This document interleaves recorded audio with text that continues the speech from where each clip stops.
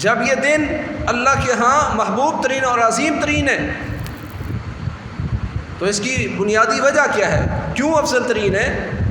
فضیلت الشیخ مفتی Abdul Latif Islamic scholar, اس پر ابن حجر رحمہ اللہ نے فرمایا اس وجہ سے لمکان اجتماع امہات العبادت فی، اس لیے افضل ترین اور عظیم ترین عمل ہے ان دنوں میں کہ ان دنوں میں ہی امہات العبادات صرف ان دنوں میں ہو سکتی ہیں۔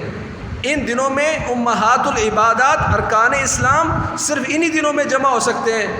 آپ باقی دنوں میں صدقہ کرتے ہیں، نماز پڑھتے ہیں، روزہ رکھتے ہیں، پر جہاد کرتے ہیں، لیکن حج صرف ان دنوں میں ممکن ہے۔ تو ارکان اسلام چونکہ صرف ان دنوں میں جمع ہوتے ہیں، اس لیے اللہ تعالیٰ نے ان دنوں کو افضل ترین قرار دیا ہے۔ اب جب یہ افضل ترین دن ہے تو اس میں کون سے وہ اعمال ہیں جن کی طرف رسول اللہ صلی اللہ علیہ وسلم نے توجہ دلائی اور خود عمل کر کے دکھایا؟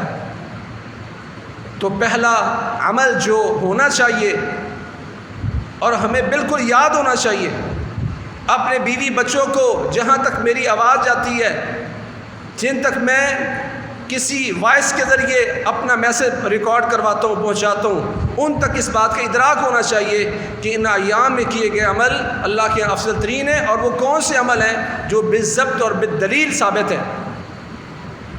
پہلے تو مطلق طور پر آپ نے فرمایا ما من ایام العمل الصالح فیہن، جو بھی نیک عمل ہے وہ ان دنوں میں ہونا چاہیے۔ نماز، روزہ، حج، زکوٰۃ یہ تو ہم کرتے ہیں۔ اضافی عمل کون سے ہونے چاہیے؟ جو عمل بھی نیک عمل ہے کثرت سے ہونا چاہیے، تلاوت کثرت سے، دعائیں، اذکار، لوگوں کی صلح کروانا، رشتہ داری کو جوڑنا۔ ان ایام میں ہر افضل عمل کو، ہر نیک عمل کو کثرت سے کرنا یہ مطلوب ہے، کیونکہ ہمارے اسلاف ان دنوں کی اتنی قدر کرتے تھے۔ حضرت سعید بن جبیر کے بارے میں آتا ہے اذا دخل العشر اجتہد اجتہادا شدیدا حتی لا یکاد یقدر علیہ، کہ جب یہ عشرہ شروع ہوتا تو سعید بن جبیر اتنی محنت کرتے کہ بعض اوقات وہ عمل ان کی طاقت سے باہر ہو جاتا۔ اتنی کثرت سے اور ہمت سے کام کرتے کہ طاقت سے باہر ہو گئے کام، پھر بھی کرتے، اور اپنے گھر والوں سے کہا کرتے لا تطفئوا سروجکم لیال العشر، اے میرے گھر والوں، اے آواز سننے والوں، اے عزیز و اقارب، ان 10 دنوں میں عبادت کرنی ہے کثرت سے، اور راتوں کو تمہارا چراغ بجھنا نہیں چاہیے۔ ساری رات ان 10 دنوں میں تمہارا چراغ جلتا رہنا چاہیے تاکہ تم اللہ کی عبادت کرو۔ اپنے چراغ نہیں بجھانے۔ عشرہ ذو الحجہ کے یہ پہلے عشرہ ذو الحجہ کی راتوں میں تمہارے چراغ بجھ نہ پائیں، اتنی عبادت کرو۔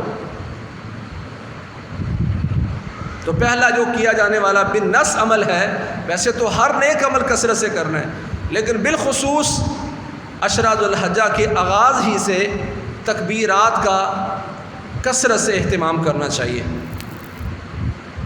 اللہ کریم نے جو فرمایا وَاذْكُرُوا اللَّهَ فِي أَيَّامٍ مَعْلُومَاتٍ، کہ معلوم دنوں میں اللہ کو یاد کرو، اللہ کا ذکر کرو۔ صحیح بخاری میں حضرت عبداللہ بن عباس رضی اللہ تعالیٰ عنہ کی تفسیر کی کہ ایام معلومات سے کیا مراد ہے؟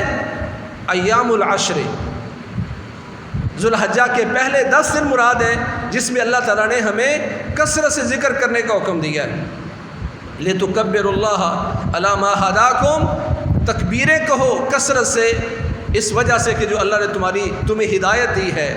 اب دیکھنا ہے کون وہ بندہ ہے جو سمجھتا ہے اللہ نے مجھے ہدایت دی ہے اور میں نے کثرت سے تکبیرات کا اہتمام کرنا ہے۔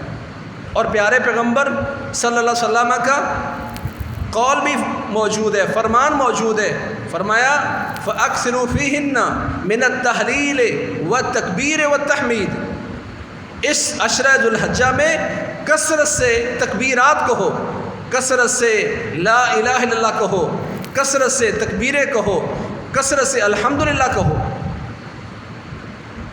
یہ رسول اللہ صلی اللہ علیہ وسلم کا فرمان اور رہنمائی ہے اس عشرہ ذو الحجہ میں، فَأَكْثِرُوا فِيهِنَّ مِنَ التَّحْلِيلِ وَالتَّكْبِيرِ وَالتَّحْمِيدِ۔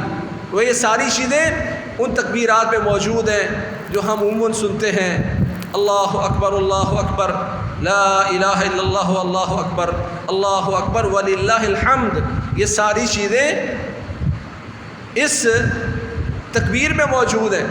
تکبیرات کثرت سے کہو، لا الہ الا اللہ کثرت سے کہو، الحمدللہ کثرت سے کہو، تو یہ ساری چیزیں اس تکبیر میں موجود ہیں۔ اور یہ کچھ چھوٹا عمل نہیں ہے،